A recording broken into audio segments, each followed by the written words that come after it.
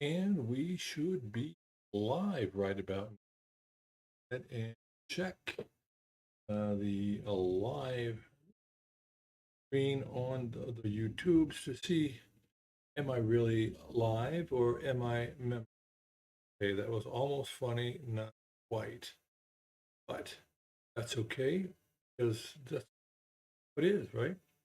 So here we are on July 28th. In fact, I'm going to push forward, but so I can do other things. Who knows? I might actually find a snippet that works or something of that nature. And if I have audio, I have everything going on. Enough screen capture. We may talk a little bit about the hurricane Idalia, but we'll wait to see how that goes. And while I'm waiting for people to perhaps join us and share their thoughts, around see what we can do. Yep, there we go. Live with Carnivore Scott, talking all things carnivore and more. Again, I'm not using StreamYard today because the free option is a limited option, and therefore it makes it just a tad bit of a challenge. I like to do the evening ones, and I didn't realize I only have a few more hours left. You get 20 hours a month, and talk for 2 or 3 hours at a shot. That time gets eaten up pretty doggone quickly. Go ahead and check the chat box and throw in a chat here real quickly. Real quick. Oh, hello, hello, hello, one, all.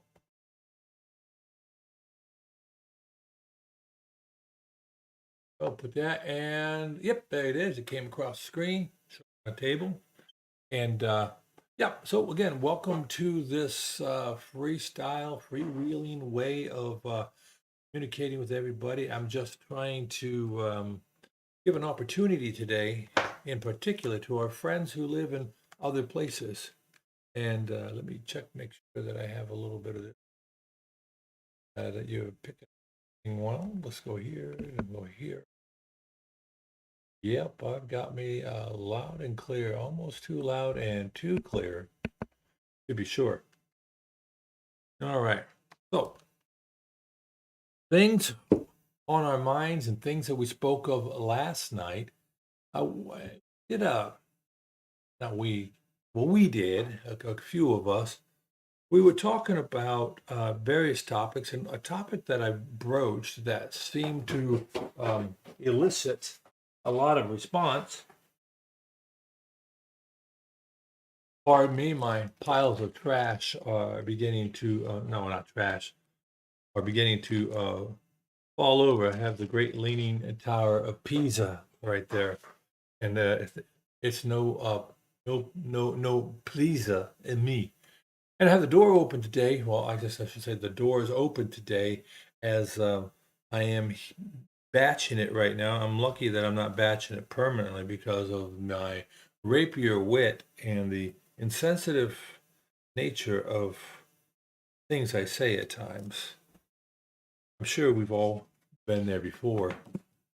Each day I read my Bible and I pray and I pray for a change in my heart, a change in the way I behave. And I get it. And yet then I don't. And so there I am with that proverbial egg on my face because I've said something insensitive to my wife. And I'm a bad, bad man for that. And I don't mean that to be self deprecating, it's the truth. It hurts.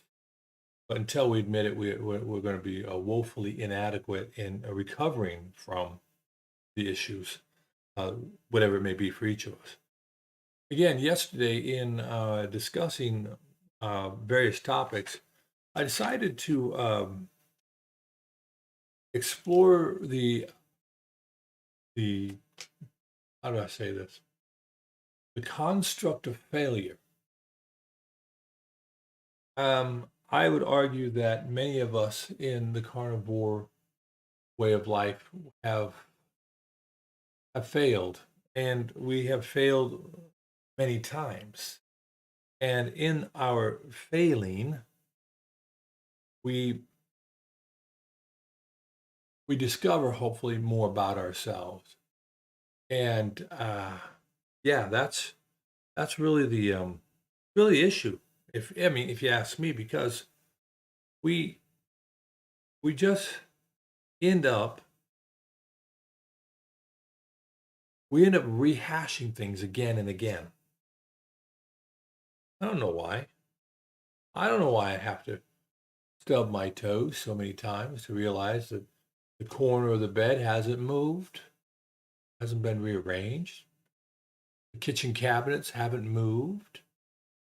It's just that I'm operating off of faulty inputs and faulty understandings.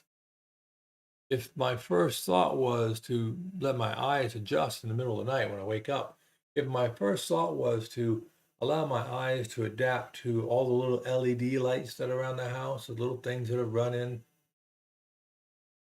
I would be able to make out things. And maybe my mind would remember, hey, by the way, we've had a bed there for the last 10 years, or actually this one, the last 3.5 years. What do you think? What do you think? Might watch out for that nightstand. That bathroom door hasn't moved in years. But plowing ahead in our pride and ignorance and sleepiness, we end up hurting ourselves. Well, I say this because the same thing happens when we do things that run contrary to what we want to accomplish. When we say we want to lose weight, isn't that the big thing? We want to lose weight. And we don't spend the time to say, is it weight that we're after? Is it really weight? Or could it be, might it be, that we're actually looking for a transformation of our body? Does that make sense? Let me take this out of the way real quick. There we go. We're looking for a transformation of our body because however our body is looking to us today, it isn't pleasing. And what else and why else would we motivate ourselves to change our behaviors? So for those of us blessed with adiposity extra, we say we want to lose weight because the quickest and the surest thing we can look at is our scale. So we look at the scale, and everybody tells us you go to the doctor. What do? They put you on the scale. You play on a type of sports team, they're going to put you on the scale. You want to get health insurance, they put you on the scale. Scale, scale, scale. Everything about your body mass. How often does a doctor ape you? Hello, doctor. How you doing? I'm just here new. I'm looking for a doctor, and I understand you have an opening, so I made an appointment here. Yeah, my files are here from my previous doctor, and well, here's some of the things I've been dealing with. And you go through, your whole list or litany of issues. Doctor's looking at you, and looking and reading and maybe typing on the computer and inputting their information. We have no idea if he's ordering from Amazon on a little window on the side or not. I would hope not. And then the doctor said, "Well, that's really nice there, Mr. Scotty. I can see from your records here, you spent 20 years in the military. You've been taken care of by the VA and by this, and oh, I see these surgeries, and that's great. Here's what I need you to do. Can you stand up for me? Oh, sure, doctor. Hang on just a second. Stand up." And then the doctor whips out a measuring tape and starts taking measurements. Tape my neck, shoulders, my chest, my belly button circumference, and then my waist, my hips, each thigh, top, middle, and bottom, my calves, my ankles. Goes and measures my biceps, and measures my forearm, and measures my wrist. Whoa, whoa, whoa, what's going on here? Maybe even gets out a camera and says, look, Mr. Price, here's what I need you to do. I need you to turn around. I'm going to get a couple profile picture. Get a front picture. Hey, Mr. Price, I need you to remove your outer garment and, of course, leave your skivvies on and get some more pictures. against a wall with the little marks all over it. So, you like when you go out of a store where they have the marks at the doorway, so they know how tall the robber was, right? Like the robber doesn't bend down running out of the store. But anyway, you get the picture. Well, at least he did, right? And you're saying, he said, "What are you doing?" And then the doctor said, "Tell you, here's what I need you to do. I'm gonna we're gonna talk for a minute. Then I'm gonna set you up with a battery of labs, and your insurance will cover it, or maybe your insurance won't cover it." It says it would be really good for you to get these panels. And we're going to get some panels. We're going to get your regular, whole blood, the RBCs, everything about your blood that you generally get. We're going to look into cholesterol. We're going to look into all your lipid panels. Okay. Yeah, we'll take a look at your thyroid and Miss Bryce, just for yourself, being a guy, all that. We're gonna check out your testosterone. Okay. But I have some other ones I want to run on you. I want to get and you've heard other doctors out on the YouTubes and other. Well, we're going to go ahead and get a look at your inflammation markers. We're going to get a look at your fasting insulin, and then also we're going to order a CAC test. It won't be a big deal. You can lay there to take a couple pictures of the veins and arteries in your heart, being open, to see if there's any hard plaque already there. We're going to we'll do a few other tests, all these tests, and you're gonna be like, "Wow, what's going on?" And then you're gonna go to the lab or lab core, and you're gonna do the draining routine, and you're gonna be like, "How many vials are you taking?" Then a month later, you're gonna meet up with the doc again. I say a month; it could be 2 weeks. I don't know. You meet up with the doc again. The doc says, "Okay, here you go, Mr. Scott. Here's what we know. This is what we know as of last month. A snapshot from all the blood. Mr. Scott, you probably aren't surprised by this, but your BMI is a little high. You're 33, almost 34 in your BMI. You're obese, buddy. There's no way to cut around, no way to dress that up. You're obese." I'm like, okay, I can take that. You got it, doc. You're right. I looked at that scale. Then he's going to go on and he's going to say, "Well, we took your measurements, and what we're going to do right now is, it's been a month, and you're into treatment. So let's just run through those real quick." So you run through the measurement drill again. Like, all right. I guess he's serious here, or she, she's serious. Then he's gonna sit down with your blood panel. He's gonna look at your blood panel. Well, everything looks pretty good. You don't have too many L's or H's next to any of these numbers, But we're gonna look at your C reactive protein. Gonna say, "Hey, you're definitely inflamed." Your lipid panel. Well, your triglycerides, they really shouldn't be that high. And before we can even look at your LDLs and your HDLs and the ratios, we really got to do some about those triglycerides there, Mr. Scotty. You really shouldn't have them 4, 5, 600. All right. Those really should be somewhere in 100 or less. All right. Oh, hey, look, we looked at your fasting insulin. And your fasting insulin's a little bit high. You technically, Mr. Scott, you're borderline, diabetic. You're square in the pre-diabetic range. So we married that up with your A1C, and your A1C is, it's not diabetic. It didn't hit the threshold, but the trajectory doesn't look great. We're gonna have to do something about that too. Hey, good news. We looked at your CAC score. Your CAC score is a 0. So you have great condition right now in your heart, in your veins, in your arteries. But that doesn't tell us about maybe potential for soft plaque. But we have a data point now, and we had 30 days ago, and we have today. So we're going to run through some things. We'll see how you feel. But the next thing we want to do, I want to send you for one more blood test, and that blood test is a glucose challenge. What we want to do is we want to see how your pancreas and your liver and how your endocrine system is behaving. Because when we looked at your thyroid, it was well within the boundary for a general checkup. But we may do a little more specific testing for some of the markers for your thyroid. We'll look a little more at some of the markers for your kidneys and for your liver and your pancreas. And there's a glucose challenge test. You're going to go to the lab, and they're going to make you drink a cup of some pretty sweet stuff. It's going to be pretty gnarly. I just want you to know that in advance. And you're going to drink that, and they're going to do a baseline check on your insulin. Then they're going to check your insulin when you have drank the material, and it may be at 1 hour, 2 hour, 3 hour. And I'm going to go ahead and go for a 3 hour challenge. So you're going to be there for a while. So take a book, okay?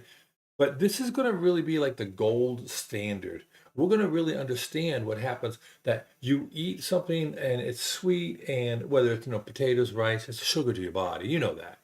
So we're going to see how your blood sugar goes up, but also in conjunction, we're going to see how your uh, insulin spikes. We'll use this finger here as your blood sugar, and this one is your insulin.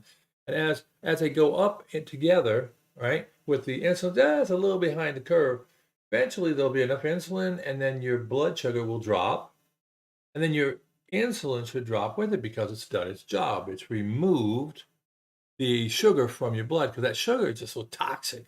When it's a glucose, glycogen, whichever way your body's converting it, your body really has to get rid of it because it sees it not only as an energy, but a poison, just like gas.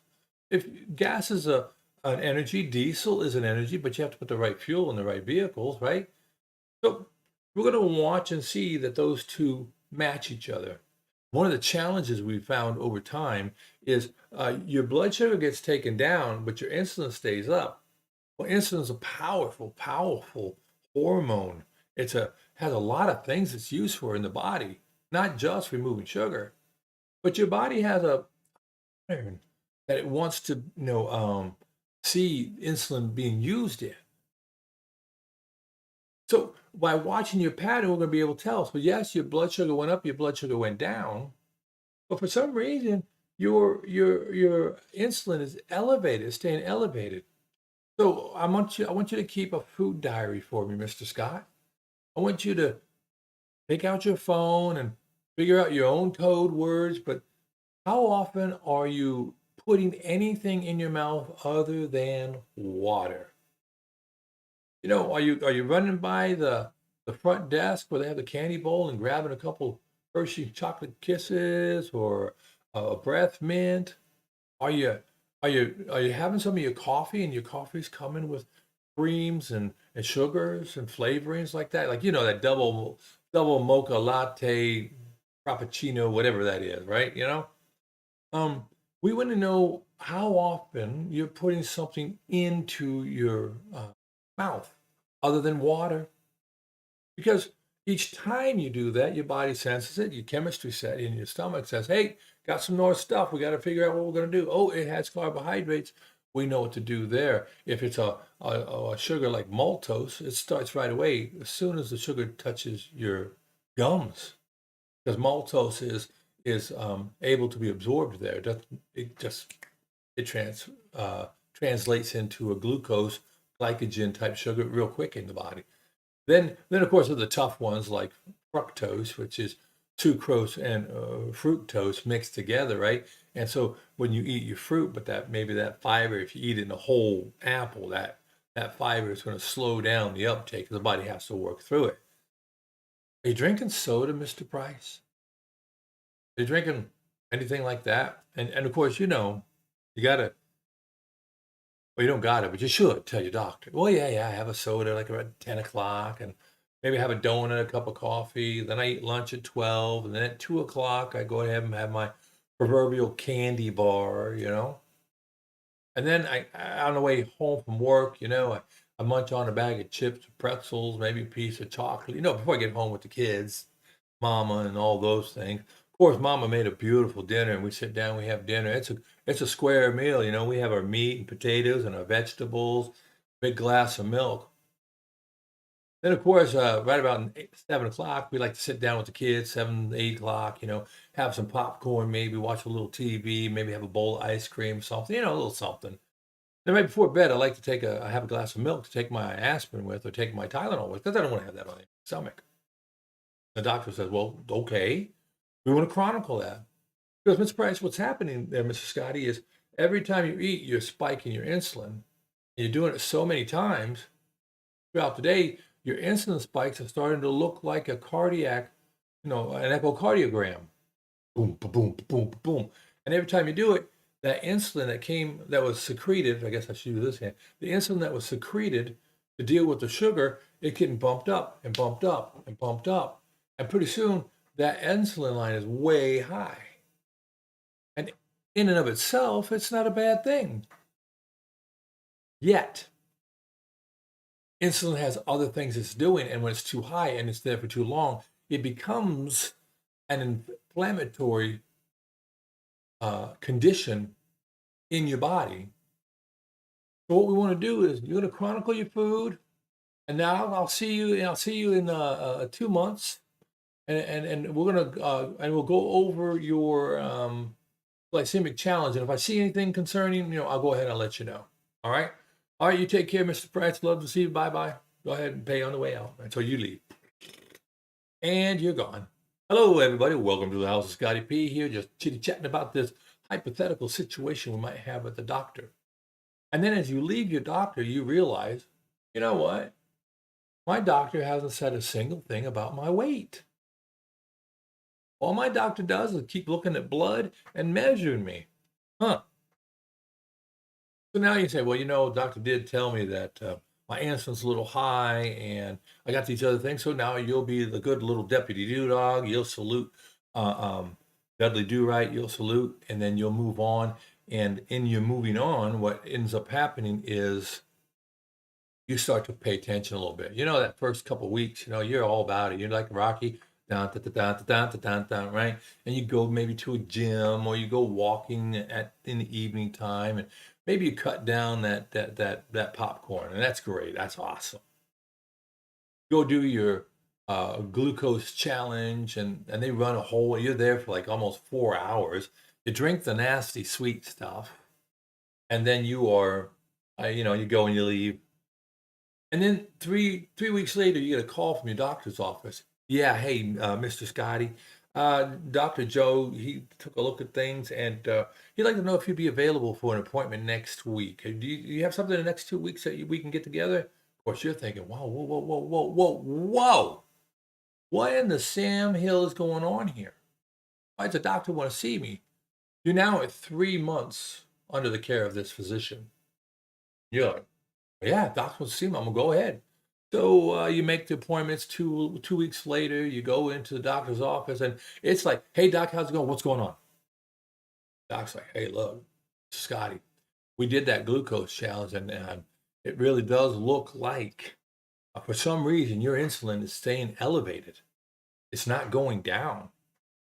So, Mr. Scott, in this situation, based on your A1C, based on the central adiposity issues you have because you have your belly's bigger than your belt, I'm really concerned that you're heading into a situation where diabetes is in your future. So we're going to set you up with some diabetes training, not because you have diabetes, but because the conditions are set up there. And your body is pretty inflamed from all of this. So we want to set you up with some counseling to understand what are sugars, why does insulin do what it does, and we got to figure a way forward, Miss Bryce, that you won't be one of those people who eventually has to go see a nephrologist down the hall because your kidneys aren't working so high. And long before that, you'll have to take medications, and if it keeps going, you'll have to inject yourself. And you may not know it, but those injections are going to happen, at the dinner table. And I'm going to step outside of this and break the wall and come forward here and say to you, I'm not trying to embarrass or shame anyone who takes insulin injections. I'm just making an observation. And here's what I'm observing. The insidious nature of our health and our diet has created a group of people who at a restaurant will pick up their shirt and grab the area they normally inject and put their insulin pin against it. because they have to have that because the sugars are going out of whack. And no one seems to tell them, hey, maybe if you didn't eat all those chips right before you at the Mexican restaurant, maybe if you didn't eat, deep fried flour wrapped burritos, you might not have to use so much of that. Dr. Jason Fung talks about this in his great books, the Diabetes Code, and the Obesity Code. Wonderful, wonderful books for you to read. They're inexpensive. You can get them. You can get them electronic. Read them on your phone. Okay, now we're gonna go back into the vignette, if you would. And here's the dealio. So now you're jabbing yourself with insulin. You're out at dinner. So, Mr. Scotty, we wanna work with you on this. Hey, by the way, let's go ahead and run through the measurements again. So now by now, you know what's going to go on. You just take your shirt off. You drop your pants. Of course, you get your skivvies on. And doc is there. Measure your neck, your shoulders, your chest, around your belly button, around your hips, all your waist, thighs, all the way down, forearm, biceps, wrists. And doc say, hey, Mr. Scotty, you've been doing a good job. We can already see now that the circumference around your wrist has decreased a little bit. You must be doing something because you aren't growing. You're actually starting to show some losses in inches. And now I'm going to say that, hey doc, by the way, I'm looking at the scale and I'm not seeing anything going on. And that's when the doc's going to hit me right between the eyes. He's going to smack me. He's going to take out his beating stick. Smack me. He's going to say, don't look at the scale.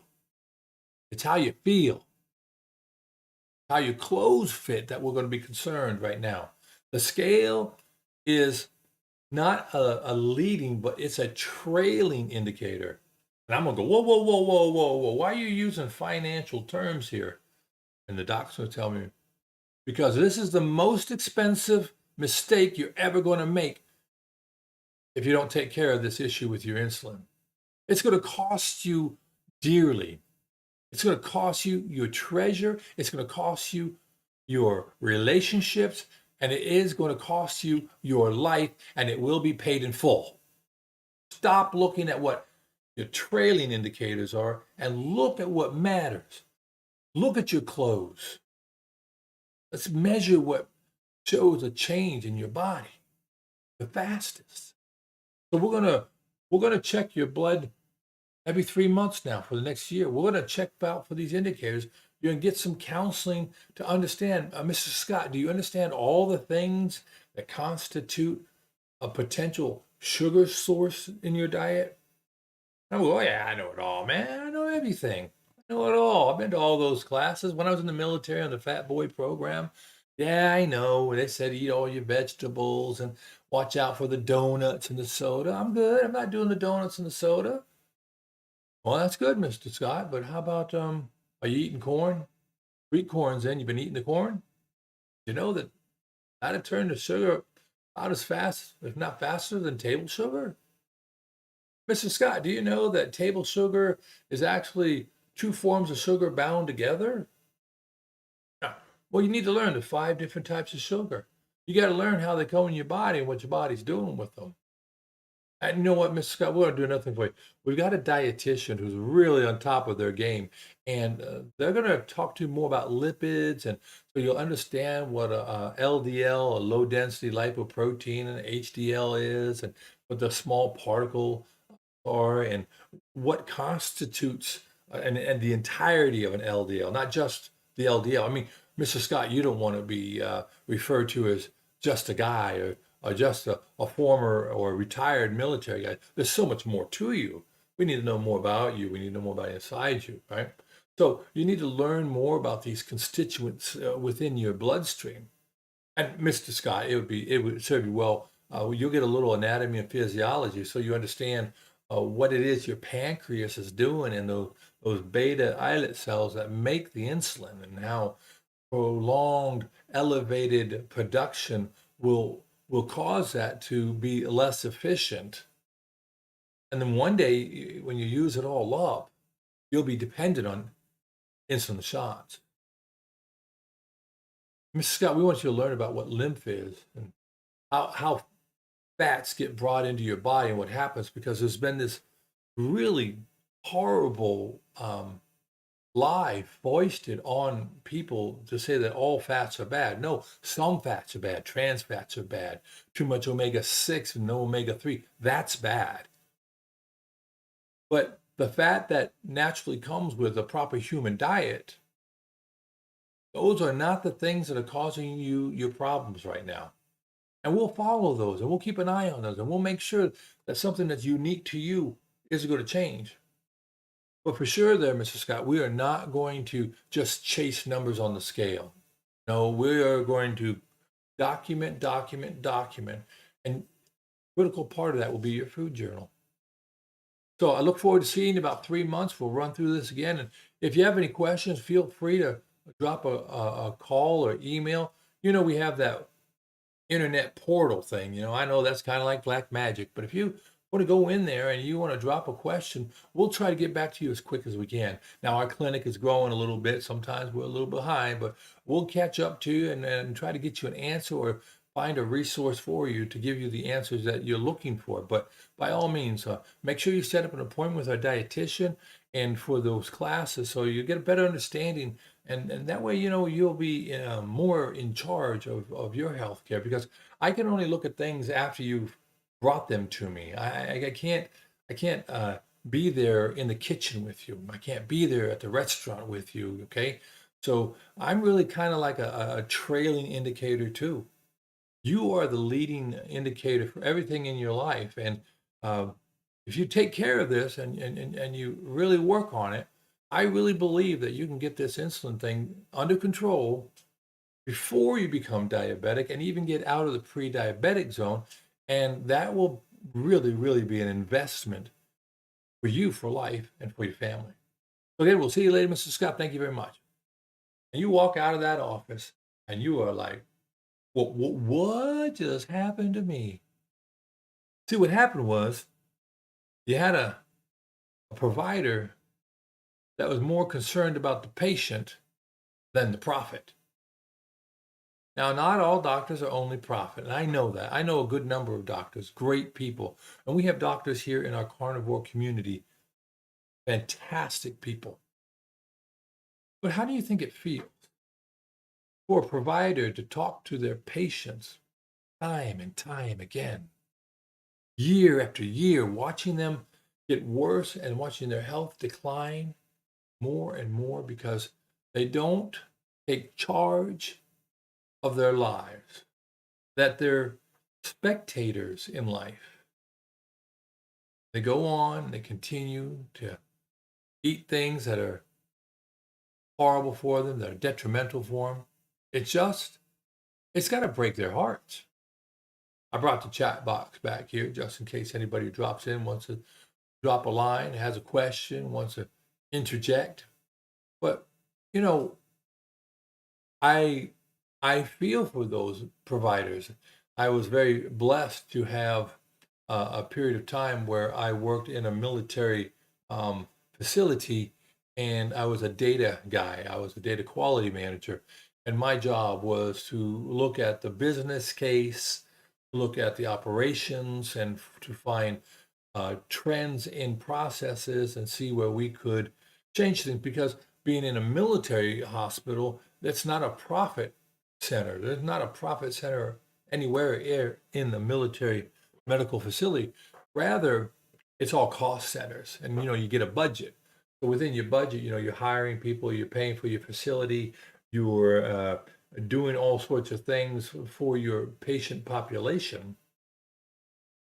So the idea wasn't profit, but it was operating within a budget. So that's pretty good. Yet, even in the military, particularly in our retiree population, diabetes is a horrific, horrific drain on our resources. And so many patients, they go in, they have diabetes, they have type 2 diabetes. They go in and see the provider, and it's type 2 diabetes, it's hypertension, cardiovascular disease, it's breathing diseases, inflammation, fibromyalgia, a lot of asthma, things like that, but chronic health conditions and emphysema. I think the military that I was in, it was the only way you would get a break in basic training is if you were a smoker, and they would say, hey, smoke them if you got them. So you go by the cigarette can, and you could stand around and smoke your cigarettes and field strip them, and you got just a moment's break from getting yelled at and doing the things you had to do. So within that culture, a lot of people end up smoking a lot. Anyhow, all that being said, we have surrendered, and people have surrendered their well-being and their health to external organizations and external what would you call that, social norms, and have not taken control. And then you add to that what I believe is at best an insult and technically could almost be criminal.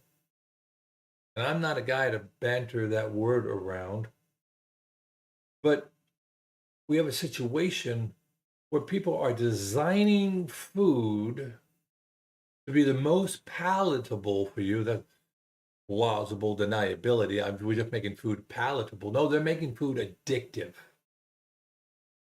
All those boxes and things with barcodes from those great big huge conglomerate corporations and companies owned by international companies, they're not making the food to taste better just because they want it to taste better. They're making it so that you have that they've taken your desire and made it a need. I've got to get that salty chip. I've got to have that alcohol. I've got to have that sweetness. I need that dopamine fix. I need this fix for my well-being. And eventually, after enough time, your own body is confused and your own hormones are no longer communicating correctly between leptin and ghrelin, between insulin and all the other hormones in your body. You're not getting the proper nutrition to even begin to build those hormones. If you've taken out all the fat in your diet and you're on a statin and your body runs off of cholesterol, you're the backbone for probably almost half, maybe more. I'm not positive. By the way, I'm not a doctor. None of this constitutes medical advice. You read the intro. I'm just reading and sharing my opinion and things I've read. But the hormones are made from cholesterol. Your body is built to make cholesterol, to make fats. They even have essential cholesterols you need to get and essential proteins you need to get from outside because your body can't make it. The one thing your body really doesn't need and you can live without it is sugar. Think of it. What sugar do the Indians in the North Pole eat? I don't think polar bear heart is sweet.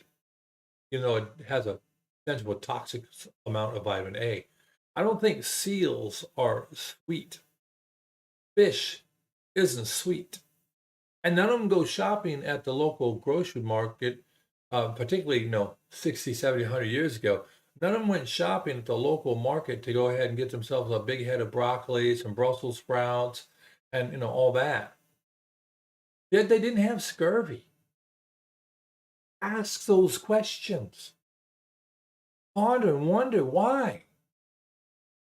And maybe you'll sit there and say, remember, there's I want to say a Shakespearean line that says, one doth protest too loud. And that might be something for you to think about when you turn on your television and listen to your radio and walk down the aisles of your grocery stores and you see bright colors, loud colors, call outs, all sorts of unique angles are being used, and they have actors and actresses and actor children playing with it. We already see that when it gets close to Christmas. You see all the ridiculous commercial. Wow, play with this. It's awesome. This thing here, why, this is not just a stick, but it's a stick. And the kids are playing with it. Oh, it's so fun. I can do all sorts of things with my stick. It's a stick, Junior. You find one outside on the yard, right? Maybe you roll over a log and you find a stick on it. You go, hey, Daddy, the log had a baby and it's a little stick. So we know the ridiculousness of that. We subscribe that that's not something I want. Maybe it's perfume commercials. You're like whatever. Your ambiance night, and it's just not going to cut it. I know better. Use that same power of deduction and reasoning on the packaging of your food. Why are they working so hard to make you buy it? Why are they spending millions of dollars to sell this to you?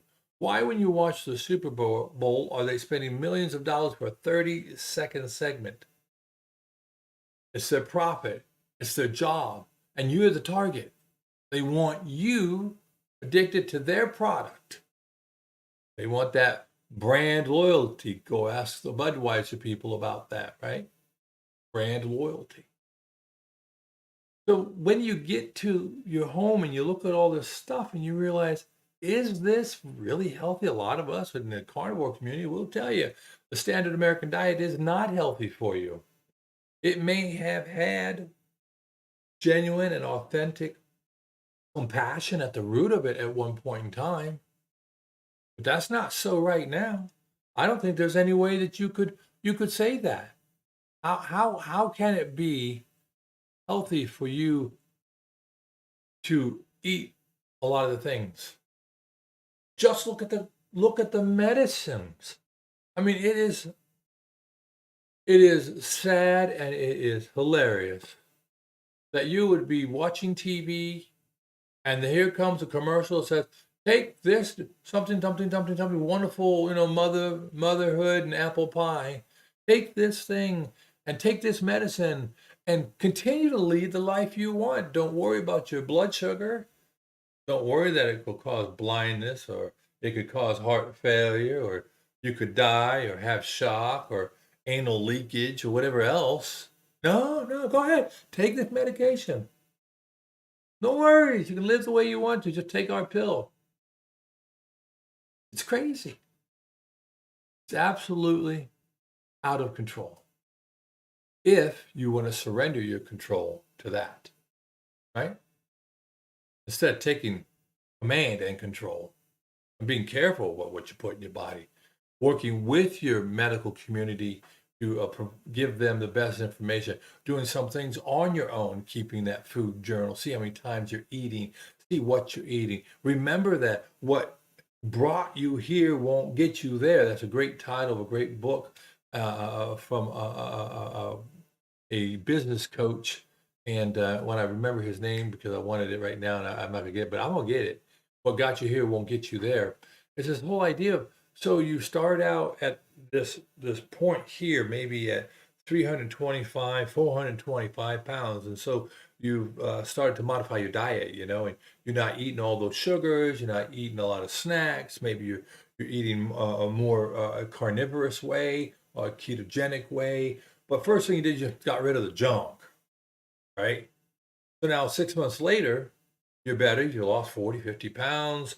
You're feeling better. Inflammation is down. The doctor's just cheering you. Yay, go you, right? And then you say, you know what? I think I'm gonna do something different. And you change. And maybe you bring back something you were eating before. And you go, oh, that's not working. So you go through this iteration after iteration. It's a lifestyle change. It's not just a diet. Everybody is on a diet. Everybody has a diet. Let's get rid of that word. Park it out over there. Don't need you anymore, Mr. Diet. We are all on a diet. Question is, who's prescribed the diet to you?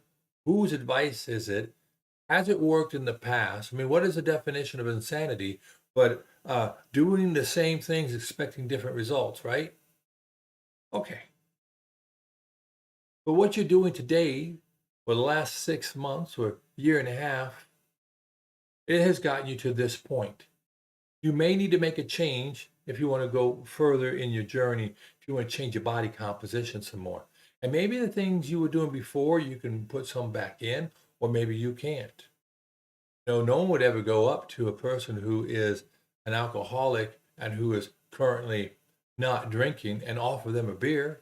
I mean, that's just rude, right? That's not a friend.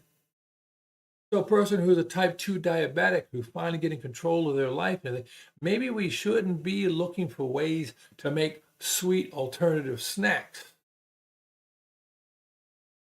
Maybe we shouldn't offer them those, I don't know what the butter balls or whatever it is people are making, not sweetened butter bombs or whatever, right? Maybe what we need to do is just say, I respect you enough that while I can have them, and while it's not injurious to me, I'm not going to have them. I had a friend one time who was trying to quit smoking, and he was doing a really good job. Got that smoking thing nipped in the bud.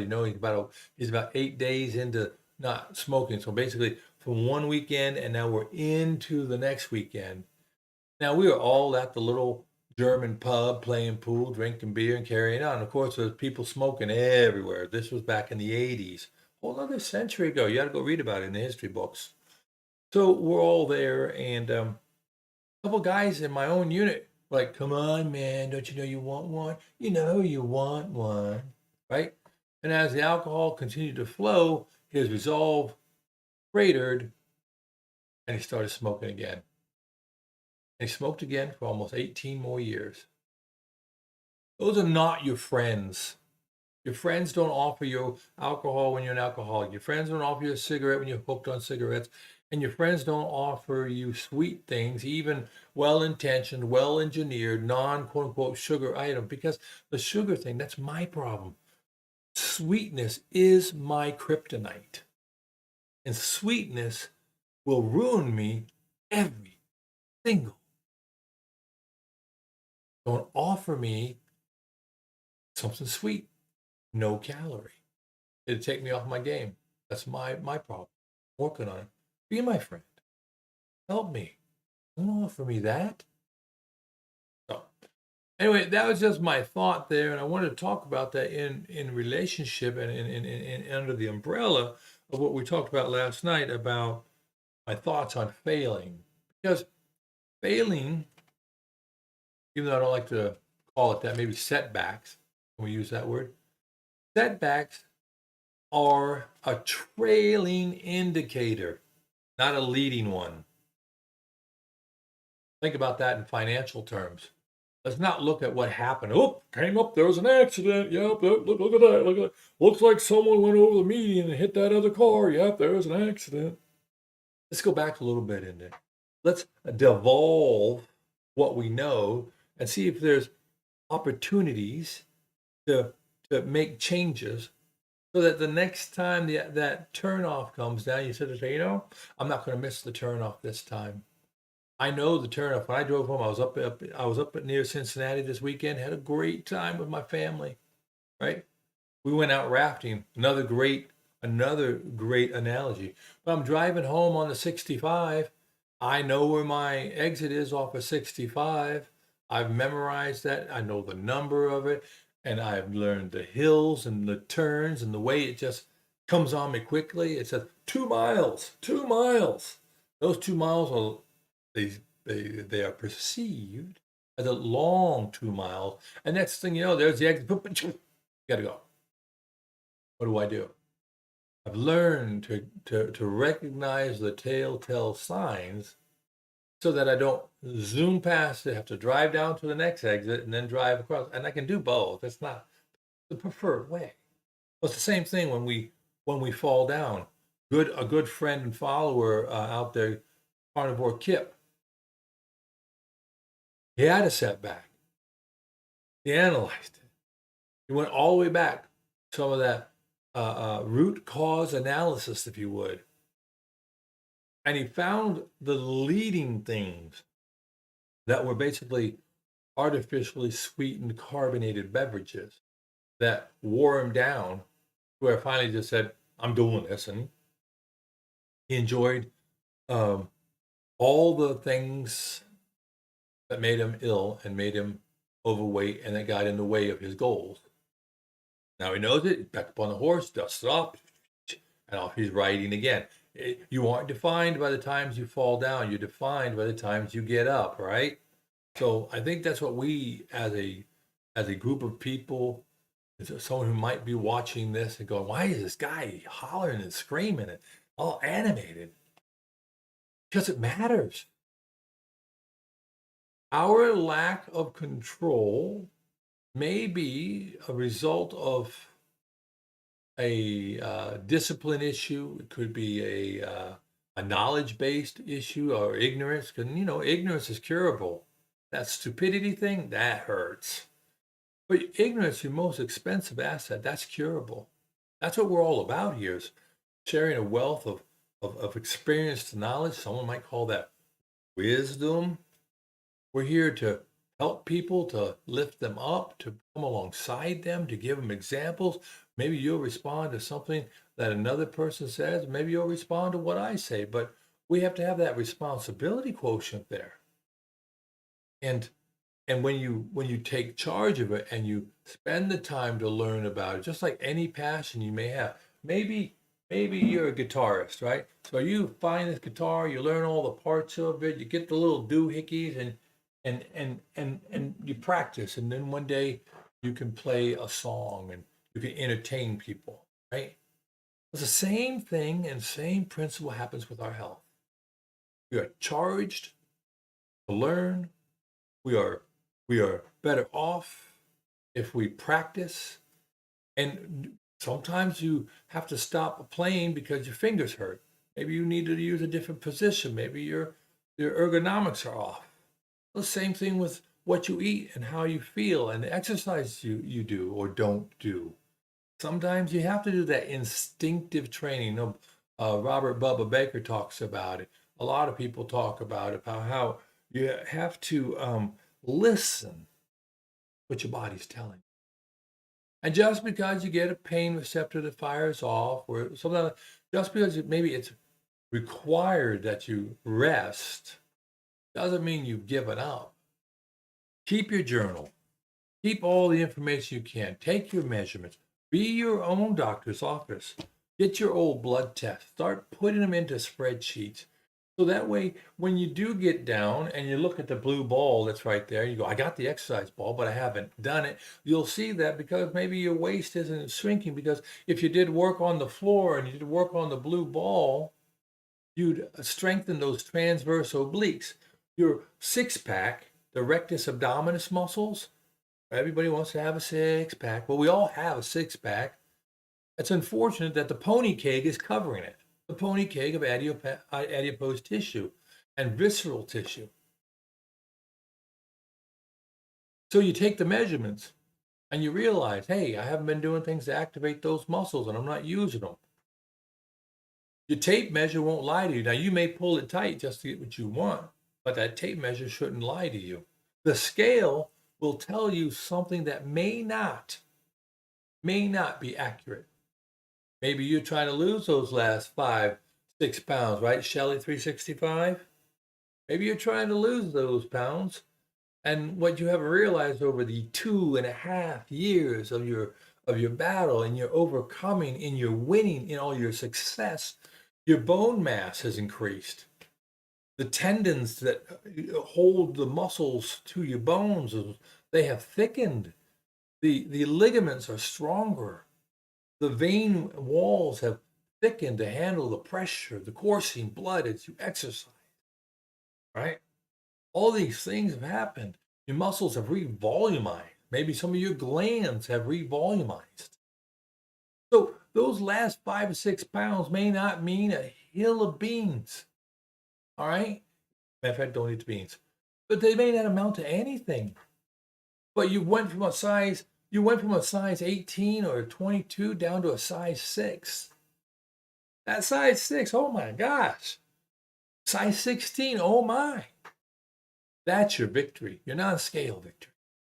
Don't look at the scale. It's a point, it's a reference. Not nearly as important as some of your blood markers, not nearly as important as how your wrist, your ankle, your thighs, and your gut measurement are. Celebrate your successes. Be the captain of your ship. And if you're going to drive your ship, get some information. Get the information you need. What are you going to do? Get in your ship out and get just launched off. You got launched from your mama. Your mama launched you. You left the biggest, most important, best cove there ever was for your ship, and you're gone. See ya. And you're putting around out there in the bay. And then one day you let your sails down or you pull your sails up, whichever one you want to do. You catch a wind and you're off. You're exploring. And you run through some dire straits. You get some rocks. You had to get repairs. Did you ever think to get a map? Did you get a compass? Did you get a crew, a first mate that maybe knows the waters you're in? Did you trade with people that traded honest with you and had scales that were accurate? Did you run into a siren out there singing on the rocks trying to coax you in? Come on, it's safe. Come on in. Have some of this microwave popcorn with 15 chemicals you can't pronounce. It's okay, just popcorn.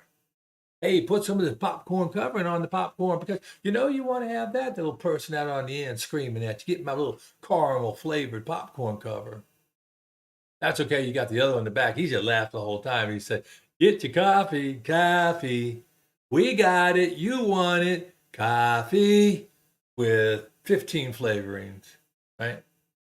I'm not saying coffee's bad. I don't think that flavorings are good for you. And we have all these people. It's like you've gone to a third world marketplace.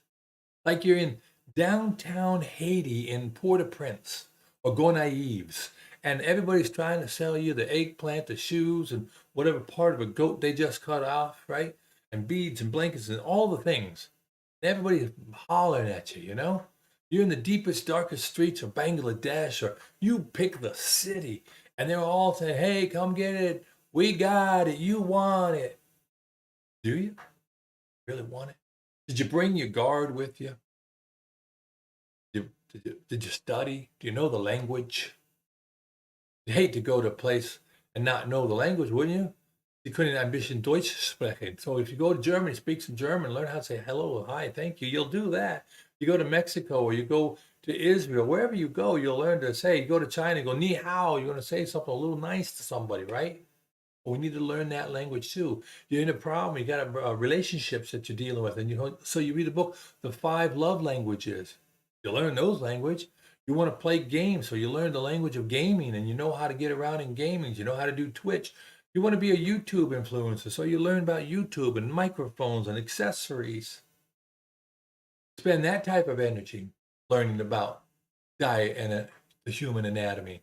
You know everything about a motorcycle. I listened to a gentleman again, Robert Bubba Baker. He talked about his motorcycle, and he said, "Now this is going to come out with a lot of information here." He forewarned everybody because somebody asked him, "Hey, what do you drive for a motorcycle?" And he went into it. And I promise you, the man spent nearly 3 minutes going through all the words to say he has a really souped up, high torque, high speed, capable motorcycle, right? Well, now, not talking to Bubba, but to the rest of us, whatever your passion is, have you done the same amount of learning and caring for your health? Do you know what a lacteal is? The part of a villi in your small intestines whose job is to pull up fat so they can get across the barrier in your gut to get inside your body. And then it goes and it gets into your system, not through the blood vessels. No, no, no, no. It gets into the lymphatic system. And that lymph that's moving all through your body through vessels that have no pump, and they only get moved well when you move, when you walk. They're so tender, delicate. They're not like a vein or an artery. That's how your dietary fat gets from your gut all the way up to a cistern here. Then it dumps into your portal vein, and off it goes doing all the wonderful stuff. Maybe we should know that. We should know what happens to insulin. We should know what happens to fats. We should understand what a lipoprotein does and what its function is and why they measure that. And we should know, of course, about sugars. We should know about glucose. We should know all the sugars and how they impact. And proteins, and what are your essential proteins? And what about that autophagy and protein turnover in your body? Your body turns over 3,000 grams, maybe more, maybe less, but 3 kilograms of protein every day are turned over in your body. That's like 6 pounds. Your body's doing this and doing that. Most of what you were born with, other than your eyes, part of your kidneys, and some neural ways, pathways, they aren't the original cells you came into the world with. This ear, this beautiful ear of mine that doesn't work so well, this ear is not the ear I was born with. It's amazing. There's so much to learn. There's so much under the hood. You can talk about a 450 or some type of Holly carburetor. You can talk about a transmission. If you can break a car down and put it back together again, don't you think the thing that brings your soul and your heart and your spirit and your love to everybody is equally important? A lot of stuff you can learn out there. I think all of it's good for us. And when we learn these things and we learn the relationships and the cause and the effects, when we look for leading indicators and not lagging ones, yep, you got an accident. Yep, you're fat. No, you want to look beforehand and break it down. Then those failures are fewer and far between, and you take that and you use it for a teachable moment, and you rise above it, and then all of a sudden you're a internet success. You're a phenom. No one knows that you spent 6 years learning about that stuff. No one knows that you spent 6 years in trial and error trying this way of eating and that way of eating and this way of exercise. That you've honed it down for your unique, specific needs, the way your body responds. And oh, by the way your body responded a year or two ago is completely different than how it responds now. So what you did then won't work now, and vice versa. Don't give up that spirit of adventure in guiding your ship through those waters that we call life. Anyhow, I just want to give an opportunity for my friends who are overseas to come on in here and take a look about and to express themselves. I did it without any kind of advance warning. I just sprung it on everybody. But I wanted to, again, to give that opportunity so that given the time and the effort, that you'll realize that there are a lot of us out here for you. And if you ever want to come on and let me know, I'll bring you on. We'll get, what is it, StreamYard working. And I'll let you share your story, Bumblebee. I'll let you share your story wherever you are in Australia, or if you're in Germany, or if you're in Japan, wherever you're at. We'll give you a form and we'll let you share with us your experience, because your unique experience may be the catalyst for someone else. So again, I appreciate your patience and your staying with me. I know this is long. I'm gonna throw this whole thing up there, and people will go, "Oh my gosh, not another hour-long thing." But it's who I am. It's uniquely what I like to do, and so from my heart to you, I hope and I pray and in earnest and sincere prayer that you find your maps, find your compass, you find the helm of your ship, and you grab it firmly. And you steer through and away from the dangers and towards the better you, to the best you, to the more healthy you, both in body, mind, and spirit. Take care. God bless. And we're going to let you go now. I appreciate you being here.